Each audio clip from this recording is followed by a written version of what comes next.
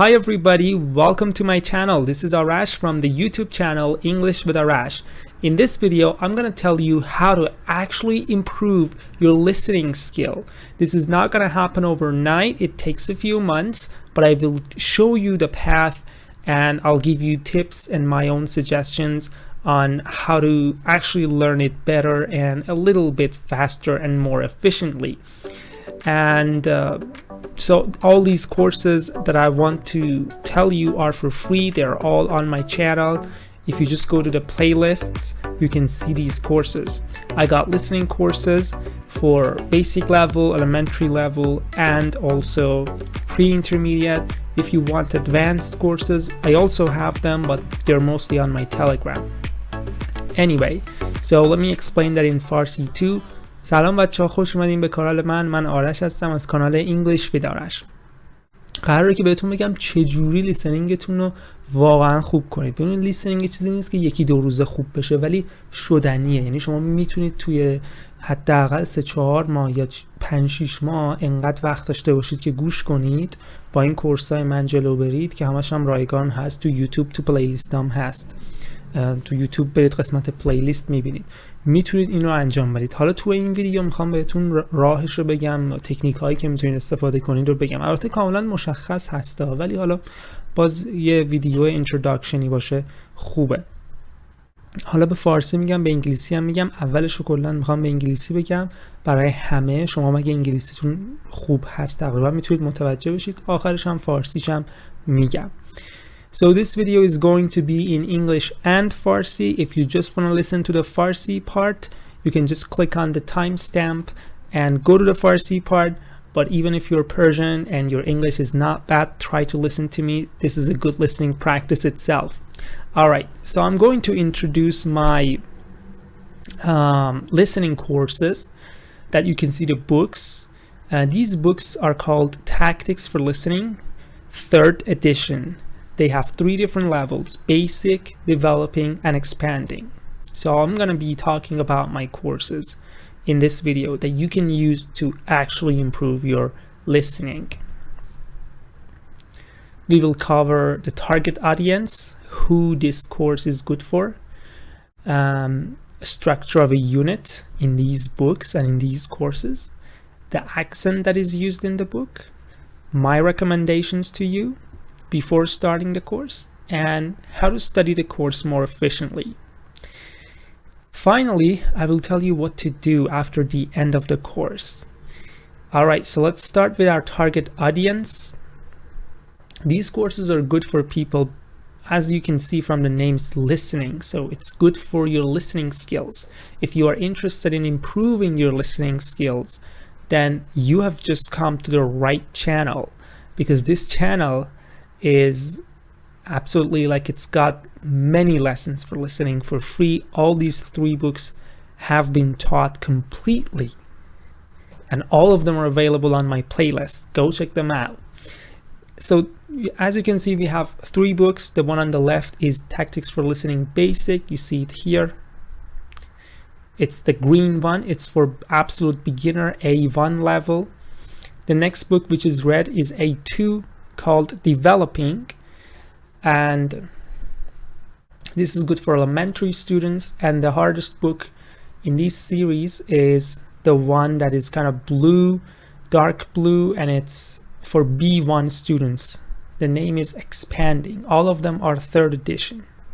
So these are the levels it covers. Now you can go to higher levels, B2, C1, C2. I still have courses for them, and they're absolutely free, but you should go to my Telegram channel or go to the playlist LFRC Learn from Real Conversations. I will tell you like the steps for higher levels.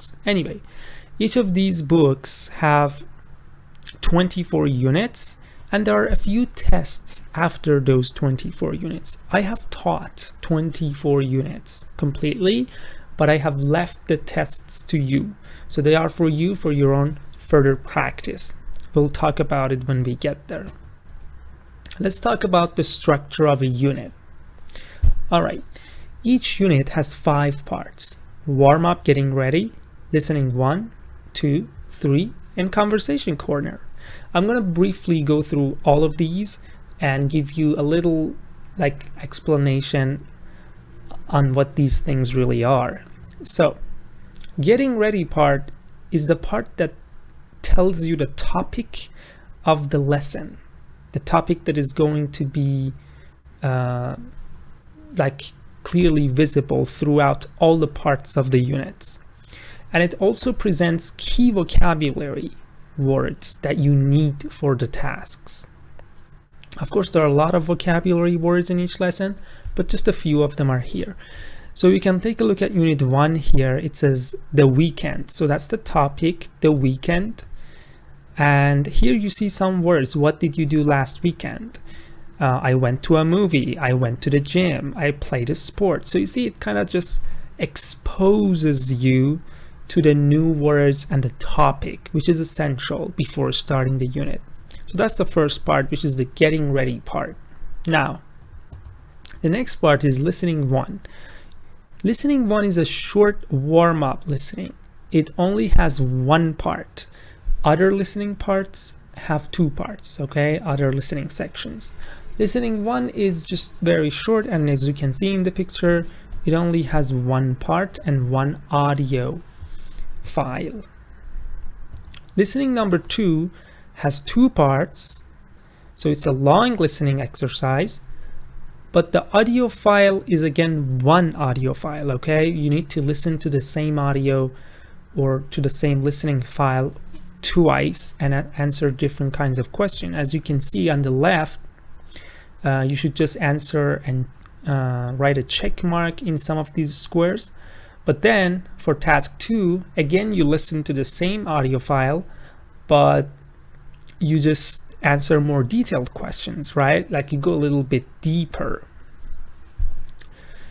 Listening number 3 is pretty much close to listening number 2. It's again a long listening exercise, and it has 2 parts. And the last part of each unit is conversation corner. In this part, what happens is you move a little bit to the productive skills. All the other all the parts that we had before this, they were all for listening and reading. It was getting something. Now you need to produce something. Like we want to produce something, speak or write. This part has a pronunciation parts. All of them I have taught completely. Definitely check out my playlist. You can see a pronunciation part here at the beginning. It talks about 2-syllable words and stress patterns. And after that, we have a dictation part where, as you can see here, look at the bottom of the slide. There's this context, and there's some blanks that you need to fill. You need to write something. And finally, we have a conversation practice where you can talk about the topic of the lesson, speaking with someone. For example, here the lesson was about gifts, and here it says talk to your partner about buying presents or buying gifts for each other. So you should try to have a speaking partner or a friend that you can practice with. Even if you don't have, you should try to speak to yourself, because this part can also help your speaking. Now, I know this is a listening course, but you can still use this course for your speaking as well.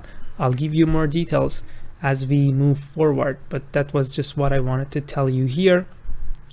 That's the end of a book. That's the end of a unit, okay? This is how a unit is structured. So let's go back. We have a getting ready part.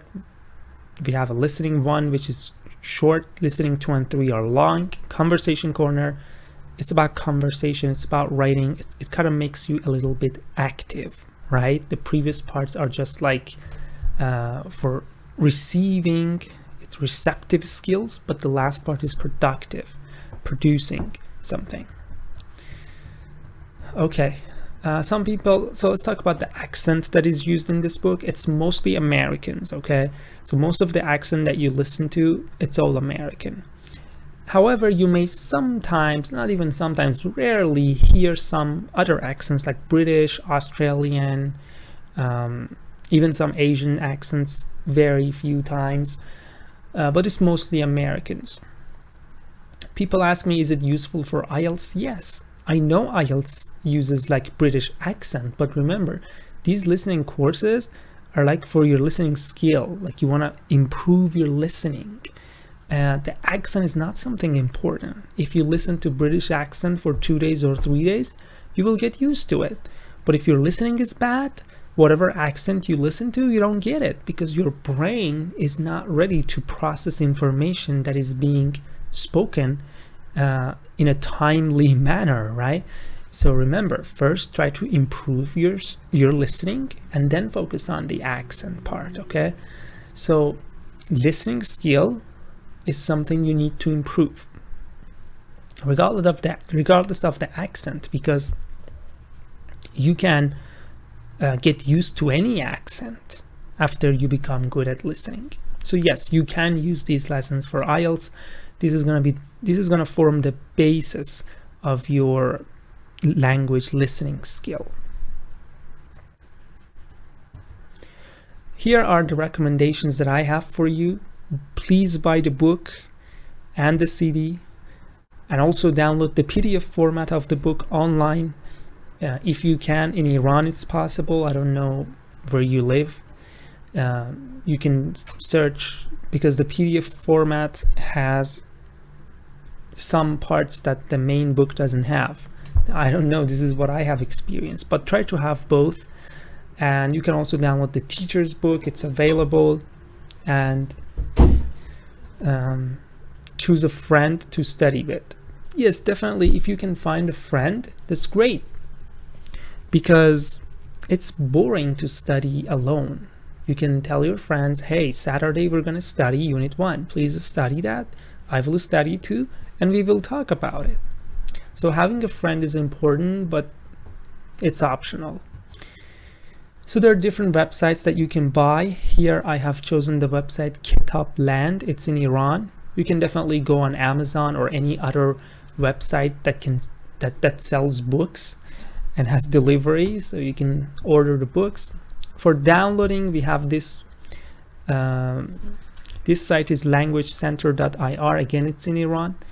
You can go on Google and find it. It has the PDF of the student book, worksheets, teacher's book, and the audio files.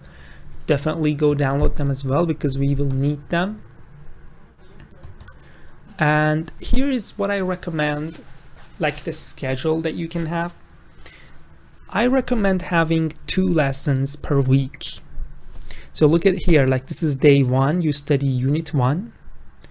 The next day you practice, and after that, I didn't write anything here, it's up to you.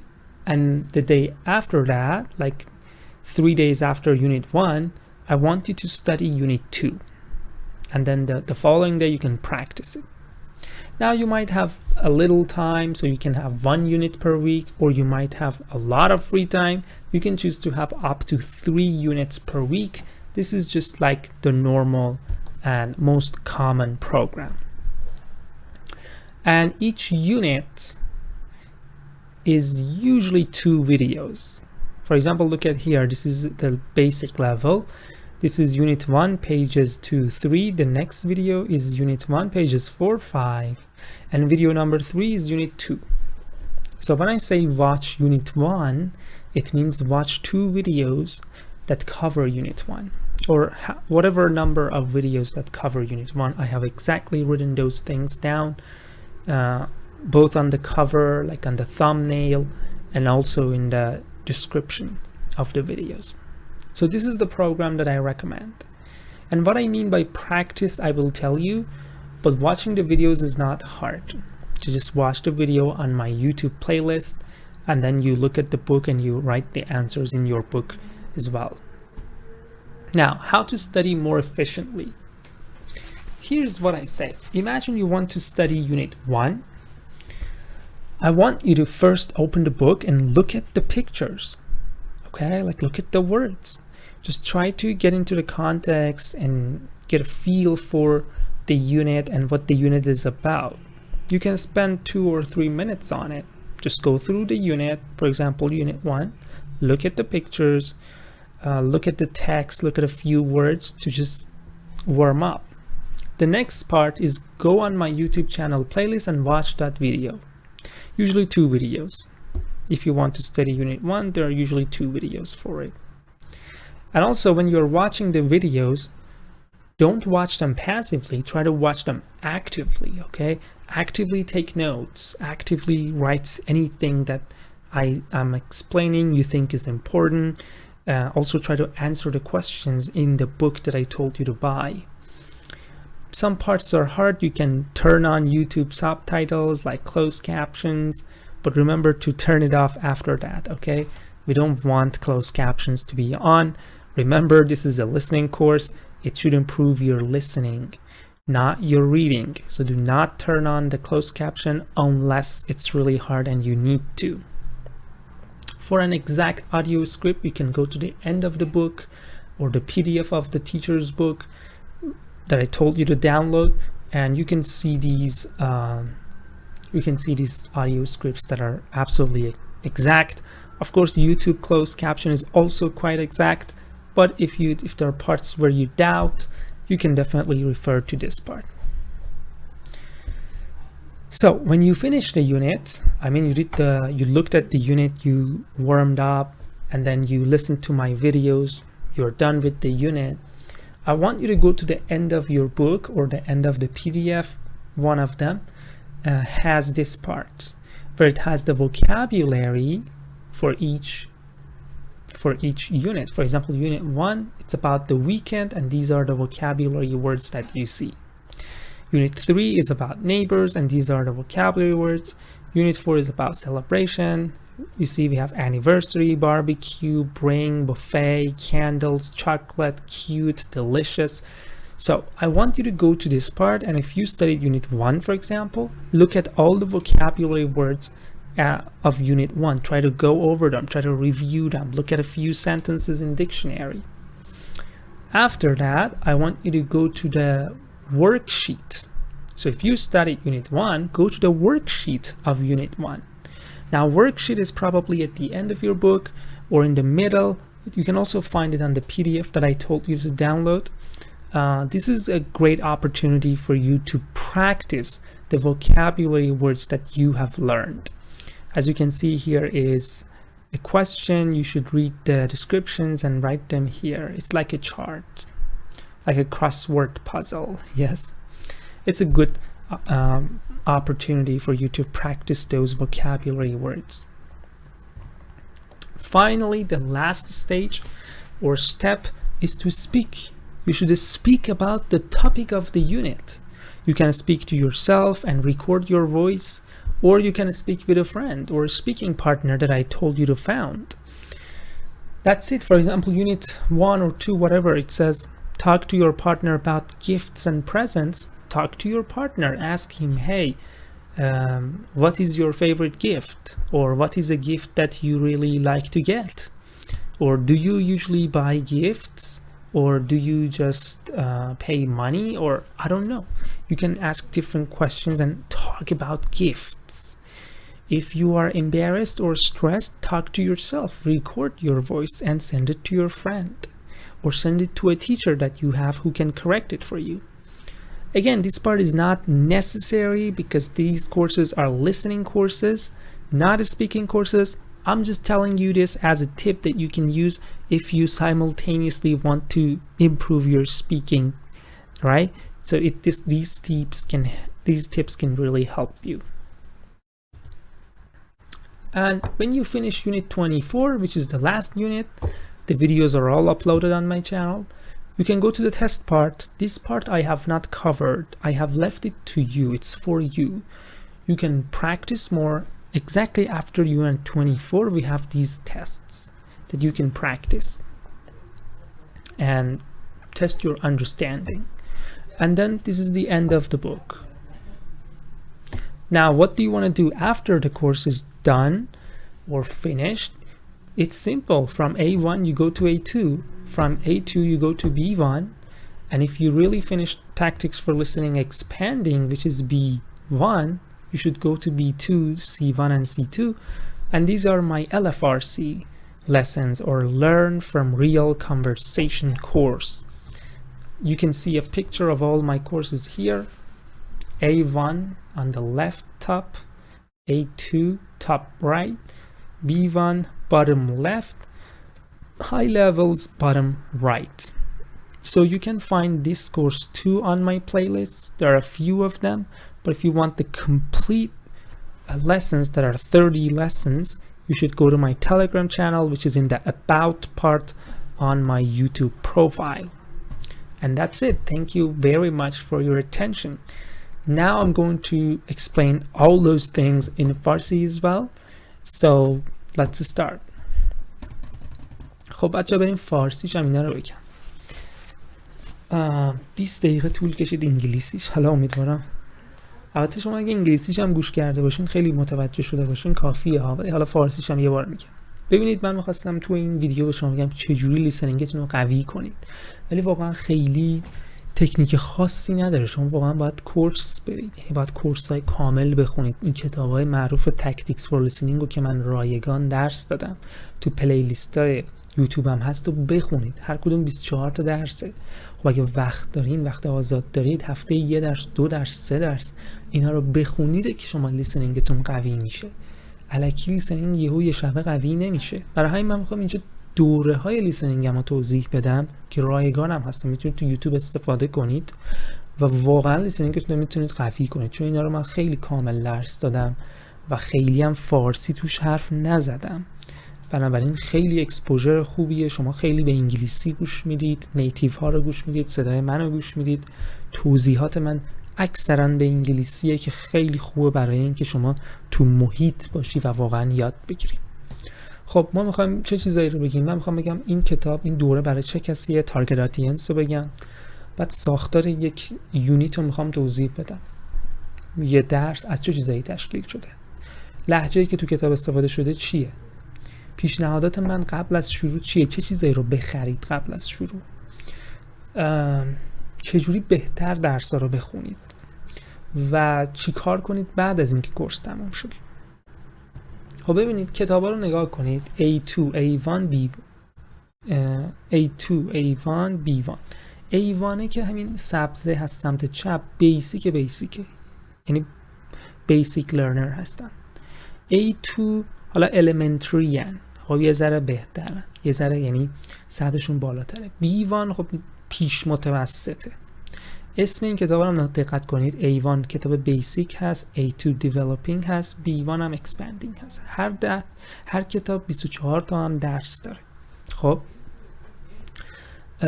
در واقع شما که کتاب اول رو تموم کردی میری کتاب دوم، کتاب دوم رو تموم کردی میری کتاب سوم، کتاب سوم رو تموم کردی میری دوره فارسی منو میبینی که نوشته learn from real conversation. من دیگه اونجا مکالمه واقعی میارم، یعنی طراحی نشده برای زبان آموزا، ما آمریکایی هست، ولی ما باید اونم بفهمیم دیگه اگه سطحمون خیلی بالاه. من اونا رو هم آوردم 30 تا درسم از اونجا دادم. حالا اونا 4 تاش هست توی یوتیوب هم، ولی بقیه‌اش رو تو تلگرام گذاشتم. تلگرام هم میتونید پیدا کنید، برید تو قسمت about یوتیوب تلگرام چنل رو بیارین، 30 تا درس فارسی مو میبینید. اون دیگه برای سطح خیلی پیشرفته هست. خب ببینید هر یونیت 5 تا قسمت داره. یک گتینگ ردی داره که شما رو در واقع وارم اپ گرم میکنه، موضوع رو بهتون معرفی میکنه. اینا لیسنینگ 1 داره، 2 داره، 3 داره و کانورسیشن کورنر. لیسنینگ 1 لیسنینگ شورت یه قسمتیه. لیسنینگ 2 3 لانگن، طولانی ترن و 2 قسمتی هن. کانورسیشن کورنر هم که بیشتر میخواد شما رو فعال کنه، یعنی همه قسمت های قبلی ریسپتیوه، شما هی دریافت میکنی. تو کانورسیشن کورنر باید یه ذره تولید کنی زبان که خوبه. اینجاست که باید یه دوست داشته باشه که باهاش یه ذره اسپیکینگ پارتنری تمرین کنی باش دیگه. خب ببینید گتینگ ردی مثلا اینجا در مورد ویکنده، مثلا اینجا داره در مورد ویکند میگه که شما چی کار میکنید آخر هفته. watch TV, I met a friend last آخر هفته گذشته. I went on a date, I watched a DVD, I went to a night club. اینجا یه ذره شما رو میاره تو موضوع، به قول معروف میارتتون تو باغ و یه سری وکب های اساسی رو بهتون میگه که لازم دارید. این خوبه، این قسمت وارم اپ هست. هیچ فایل لیسنینگ اینجا نیست. بعدش میریم لیسنینگ 1، یه فایل لیسنینگ رو گوش میکنی، این جوابا رو میدی. همین یه قسمت هم هست، 2 قسمتی نیست لیسنینگ 1. معمولا هم این لیسنینگ ساده هست. باز به ویدیو من وقتی دارید گوش میکنید خودتون هم جوابا رو اینجا دایره بکشید، علامت بزنید، این کمک میکنه به فهم بهتر شما. لیسنینگ 2 قسمتیه و طولانیه، یعنی شما یه فایل رو گوش میکنی ولی 2 بار گوش میکنی. یه بار گوش میکنی مثلا این سمت چپ این تیکا رو میزنی، مثلا اون چیزی که ازت خواسته یه چیز ساده از اولش، ولی پارت 2 یه ذره دیتیلد میشه، جزئیات هم باید بفهمی. دوباره فایل رو گوش میکنیم با هم تو ویدیو یوتیوبی که تدریس کردم و اونجا دوباره دیتیل تر بررسی میکنیم. من تو ویدیو کلی چیزم درس دادم هنگام تدریس، اونها رو هم خودت توی نوتبوک بنویس، میتونه خیلی کمکت کنه اون نکته هایی که گفتم وسط ویدیوها. چون کتاب که نمیگه، کتاب فقط وایس و میره دیگه. من اونجا توضیح دادم که چرا A میشه، چرا B میشه، چه ساختاری استفاده شده، چه لغت خوبی اینجا هست.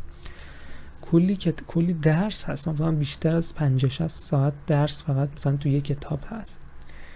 حدود 100 ساعتی میشه همشون رو همشون رایگان میتونید استفاده کنید. لیسنینگ هم همینطوره دیگه، توضیح نمیدم. 2 قسمتیه، شما یه فایل لیسنینگ رو 2 بار گوش میدید.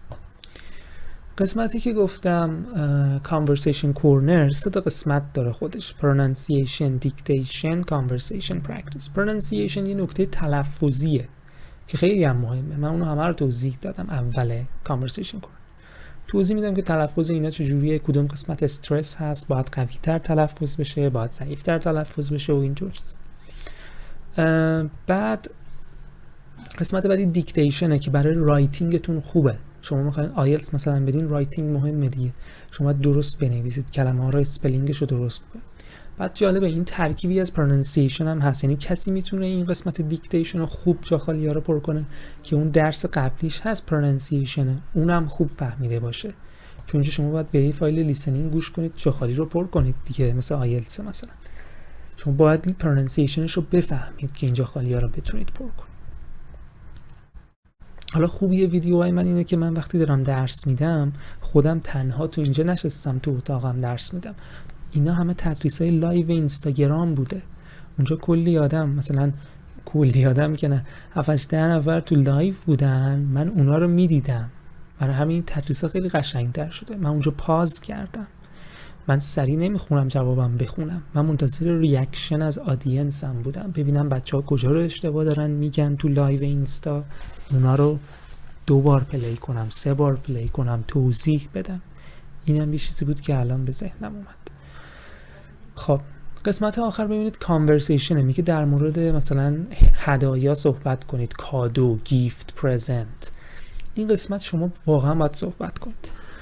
حالا اگه دوستی دارید با اون صحبت کنید، اگر نه صدای خودتون ضبط کنید، برای یکی که این کاره هست بفرستید غلطاتون رو دراره. البته این برای اسپیکینگ هستا، ربطی به لیسنینگ شما خیلی نداره، ولی خب اگه بخواید اسپیکینگتون هم همزمان با این کورسای لیسنینگ من قوی کنید، راهش اینه. واقعا باید با یکی حرف بزنید. اسپیکینگ اصلا خود به خود قوی نمیشه. لیسنینگ رو من میتونم به شما بگم بیا این کورس رو نگاه کن خوب میشه، ولی اسپیکینگ کورسی نیست. شما باید یعنی یه کانتنتی باشه مثل این لیسنینگ، بعد روش صحبت کنید. اون کلماتی که یاد میگیرید واقعا باید صحبت کنید، هیچ راهی نداره بهتر کردن اسپیکینگ. خب پس یه دوستی اگه داشته باشید میتونید هر هفته باهاش یه ملاقات آنلاینی داشته باشید، یا اصلا برید تو پارک این مطالب رو با هم صحبت کنید در مورد این موضوع. سوال: آخه من که انگلیسیم خوب نیست. انگلیسیم خوب نیست که قرار نیست که در مورد کل موضوعهای جهان صحبت کنی، که در مورد همین درسی که خوندی، همین لغاتی که اینجا بود، گیفت و پرزنت و فرند و همین چیزا، کار عجیبی نمیخوایم کنیم. بعضیا میگن لهجه‌ای که تو کتاب هست چیه؟ خب ببینید لهجه اکثرا آمریکاییه این کتاب. حالا کانادایی، بریتیش، استرالیایی، انگلیسی اینا هست تا کمه، ولی بیشتر آمریکاییه. بعد میگن خب حالا من میخوام آیلتس بدم، پس این کورس به درد من نمیخوره. نه، اشتباه میکنی. کورس به دردت میخوره. کورس لیسنینگ، کورس اکسنت که نیست. کورس لیسنینگ یعنی میخواد شما رو ذهنتو قوی کنه. شما وقتی یه محتوایی پخش میشه، خب ذهنت یا مغزت بتونه اونو پروسس کنه. چون بعضی موقع شما یه چیزی پخش میشه اصلا شما جا میمونی. این یعنی لیسنینگتون به اون حد نرسیده هنوز. این کورس داره اونو تقویت میکنه، این که مغز شما رو ترین کنه که به موقع بتونه پروسس کنه اینفورمیشنی که داره میاد داخل گوش میشه. پس این کورس به درد میخوره. حالا شما میخوای آیلتس بدی، اون 2 ماه آخر میشینی نمونه سوال آیلتس حل میکنی، مثلا به لهجه آیلتس عادت میکنی. بریتیش لهجه چیز خاصی نیست، شما عادت میکنی یه ذره گوش کنی به یه لهجه، ولی لیسنینگ رو شما عادت نمیکنی. لیسنینگ واقعا زمان بره، افزایش قدرت لیسنینگ زمان بره. برای همینه که من 3 تا کورس دادم روش، بعدش هم تازه یه کورس قوی تر دادم که با نیتیو اسپیکرها هست. پس شما اصلا نگو به خاطر لهجهش من اینو نمیخونم، لهجه رو ولش کن، لیسنینگ تو قوی کن، قدرت پردازش مغزت رو سریع کن، یعنی قوی کن که بتونی سریع بفهمی چی میگه و پروسس کنی، جا نمونی اصطلاحاً. اینه لیسنینگ. خب من پیشنهادایی که میکنم که کتابو بخرید واقعا. حالا اگه نتونستید بخرید پی دی افش هم بگیرید. حالا من میگم هم کتابو بخرید هم پی دی افش رو بخرید. حتی پی دی افش رو نمیخواد بخرید، دانلود میتونید کنید. هم یه دوست پیدا کنید که باهاش بخونید دیگه، موتیویشن دیگه. مثلا میگیم خب هفته بعد من این درس رو میخونم، تو هم بخون، بعد بیایم با هم حرف بزنیم. این خیلی تاثیر داره دیگه. حالا من این سایتی که اینجا معرفی کردم کتاب لند نوشتم اونجا، کنید اینجا. ولی سایت های دیگه هم هست دیگه. شما هر سایت فروش آنلاین کتاب برید براتون میفرستن کتاب رو. قیمتایی که اینجا زده 70 تومن، 60 تومن، 60 تومن هست. حالا نمیدونم موقعی که شما ویدیو رو ببینید چند باشه، معمولا همین قیمت هست. مثلا همه با همش رو زده 210 تومن. خب حالا کیفیتش فرق داره، بستگی داره، حالا تخفیف هم خورد. کتابو بخرید با سیدیش، بعد برید تو این سایت languagecenter.ir یا یه سایت، هر سایتی که بزنید دانلود کتاب تاکتیکس براتون میاره. ببینید اینجا هم استودنت بوک رو میتونید دانلود کنید، هم تیچرز بوک رو میتونید دانلود کنید، کتاب معلمو، هم میتونید کتاب ورکشیت ها که تمرین های هر درس هست رو دانلود کنید، و هم میتونید فایل های صوتی رو دانلود کنید. عالیه این سایت دیگه. لنگویج سنتر برید همه رو دانلود کنید، استفاده کنید. این که میگم جفتشو دانلود کنید برای اینکه بعضی مطالب تو پی دی اف ها هست تو کتابه نیست، بعضی مطالب تو کتابه هست تو پی دی اف ها نیست. جفتشو داشته باشین بهتر. خب من برنامه‌ای که خودم پیشنهاد میدم، میگم 2 روز در هفته بخونید. یعنی مثلا شنبه شما درس 1 رو بخون، یه شنبه تمرینش کن، حالا دوشنبه آزادی مثلا کاری ندارم، 3 شنبه درس 2 رو بخون، 4 شنبه تمرینش کن، 5 شنبه جمعه آزادی مثلا من کاری ندارم. من اینو میخوام بگم. پس 2 روز در هفته درس میخونی، 2 روز هم تمرین میکنی.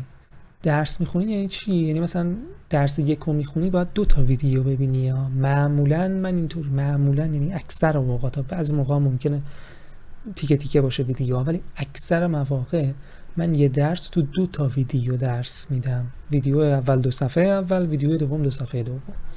پس مثلا میخوای درس 1 رو بخونی، 2 تا ویدیوشو میبینی، بعد اون کارهایی که بهت گفتم و تمرین‌ها رو که با دوستت باید انجام بدی، با خودت صحبت کنی، بری ورکشیت انجام بدی. حالا اینو بیشتر توضیح میدم یه روز دیگه. حالا ممکنه یکی وقت زیاد داشته باشه بگه آقا من میخوام هفته‌ای 3 جلسه بخونم، 3 تا درس بخونم، اوکی میتونی این کارو کنی. یا یکی وقت کم داره هفته‌ای 1 دونه میخونه، ولی استانداردی که من پیشنهاد میکنم 2 تا هست. خب حالا میخوام بگم چه جوری بخونید. فرض کن درس 1 رو بخونی، چیکار کنم؟ ببین اولین کاری که به نظرم باید بکنی اینه که باز کن کتابو، درس 1 رو نگاه کن، ببین عکساشو نگاه کن، یه سری کلماتشو نگاه کن، سوالاشو نگاه کن، خودتو بیار توی کانتکست، خودتو بیار تو باغ به اصطلاح، ببین که چیه، در مورد چیه. 2-3 دقیقه صرف این کار کن، این خیلی تاثیر داره. بعد برو یوتیوب چنل من، پلیلیست من، اون قسمت 2 تا ویدیویی که باید ببینی رو ببین. اوکی؟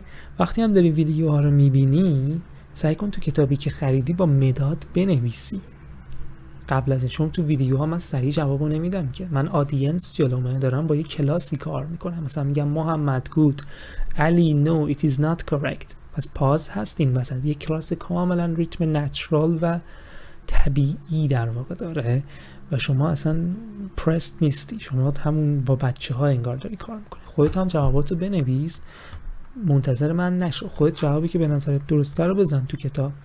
بعد ببین جواب درست بوده یا نه، چون من اونجا دیگه آخرش جواب درست رو میگم. حالا یه جایی ممکنه سخت باشه. سی کلوز کپشن یوتیوب رو روشن کن، زیرنویسش میاد. سعی کن تا جایی که میتونی زیرنویس کم استفاده کنی. یا کورس لیسنینگ، قرار نیست که ریدینگت خوب بشه از رو ساب تایتل زیرنویس بخونی. یه جایی که سخته میگم کلوز کپشن رو روشن کن. حالا شاید کلوز کپشن یه ذره ایراد داشته باشه، میتونی بری آخر کتاب یا آخر پی دی اف. ببینید مثلا من الان نمیدونم، بعضی موقع این آخر پی دی اف، بعضی پی دی اف ها نداره، باید حتما کتابش رو بخرید. در هر صورت میتونید دقیق آدیو اسکریپتش هم ببینید، ولی یوتیوب معمولا دقیق، جای نگرانی نیست. ولی باز از این هم استفاده کن اگه یوتیوب به نظرت داره اشتباه میکنه، شک داری. خب پس دیگه تمام شد. درس یک رو الان خوندی. پس اول نگاه کردی، مثلا پیکچرها و ایناشو نگاه کردی، اومدی تو باغ، بعد ویدیوها رو نگاه کردی، با ویدیوها کار کردی، نوشتی، تمرین کردی، چک کردی. حالا ازت میخوام که بری آخر پی دی اف. مثلا من این قسمت رو ندیدم تو کتاب اصلی که اینجا دارم. تو این کتاب نگاه کن، تو این کتاب من ندیدم این قسمت رو آخرش نوشته باشه، نداره آخرش آدیو اسکریپت. این یه قسمت خاصیه که تو پی دی افی که دانلود کردم بود. زده درس 1 در مورد آخر هفته است، اینام لغاتشه. درس 4 نگاه کن در مورد سلبریشن، اینام لغاتشه. خب این خیلی خوبه دیگه. وقتی درس رو تموم کردی بیا اینجا. تو پی دی اف بود، تو کتاب من ندیدم. آخر کتاب این دسته‌بندی لغات طبق درس به درس هست. مثلا درس 3 رو اگه خوندی در مورد اینجا نیبرز، این لغاتایی که این پایین هست تو یه نگاه بکن، یه ریویو بکن که آماده بشی برای قسمت بعدی که میخوام بهت بگم. قسمت بعدی میری توی ورکشیت ها. این تو کتاب هست، میتونی از سایت هم دانلود کنی. اونجا که بهت نشون دادم نوشته بود ورکشیت ها. مثلا یه جدول اینجوری هست، اینطوری. اینه مثلا شما اگر اون لغت ها رو خوب خونده باشی، درسی که ویدیوها رو تدریس کردم خوب خونده باشی، میتونی اینو راحت جواب بدی و این خیلی قشنگ میتونه در واقع تثبیت کنه تو ذهنتون لغت های اون درس و بعداً بتونید با دوستتون بهتر صحبت کنید در مورد موضوعی که میخواین. قسمت آخرم همینه دیگه، صحبت با دوستتون. گفتم قسمت آخرش چیزه، یه کانورسیشن داره، گفته که در مورد این موضوع درس ما صحبت کنید. بگید که آخرین باری که مثلا یه کادو برای دوستتون خریدین کی بوده، درسته؟ بنابراین این قسمت رو با دوستتون تمرین کنید، یا خودتون با خودتون حرف بزنید، صداتون رو ضبط کنید، بعد خودتون به خودتون گوش کنید، ببینید اشتباه ندارین، کجاها گیر کردین، کدوم لغت رو یادتون رفته. این میتونه کمکتون کنه، چون اسپیکینگ دیگه. این قسمت آخر واقعا اسپیکینگ، لیسنینگ نیست. بعدش هم دیگه من این قسمت رو درس ندادم، من این قسمت رو واگذار کردم به خودتون. شما 24 تا درس رو که فیکس خوندی، بعدش یه سری تسته، 7-8 صفحه 10 صفحه بیشتر نیست. اینجا میای تستا رو انجام میدی، فایلای صوتیش رو دانلود میکنی یا میخری سی دی رو از اون سایت، تستاش هم انجام میدی که ببینی چقدر فهمیدی. اگر این کورس ها رو واقعا خوب بخونی، لیسنینگت واقعا خیلی خوب میشه. یعنی واقعا لیسنینگ شما بهبود پیدا میکنه. اگر A1 رو بخونی، A1 هم A2 B1 هم بخونید، واقعا عالی میشه. یعنی واقعا در سطح اینترمدییت میشه لیسنینگتون. حالا اینکه بعدش چی کار کنید، A1 و A2 و B1 رو بخونید، Tactics for Listening. و بعد یه کورس من دارم، آموزش از مکالمه های واقعی به نام LFRC که مخفف Learn from Real Conversation هست. اوکی؟ بعد میری اونو میخونی دیگه اگه بخوای واقعا لیسنینگتو قوی کنی، چون اونا برای زبان آموز طراحی نشده. اونجا مثلا 2 آمریکایی دارن با خودشون حرف میزنن، ما اومدیم اونو تحلیل کردیم. اونا خیلی درس سنگینیه، اصلا سمتشون نرید تا وقتی که تاکتیکس ها رو کامل نکردید، یا حداقل تاکتیکس B1 رسیده باشین. واقعا سخت هستن اونا هم باز تو پلیلیست های یوتیوب هم میتونی پیداش کنی، نوشته Learn from Real Conversation، ولی 4 تا درس اونجا هست.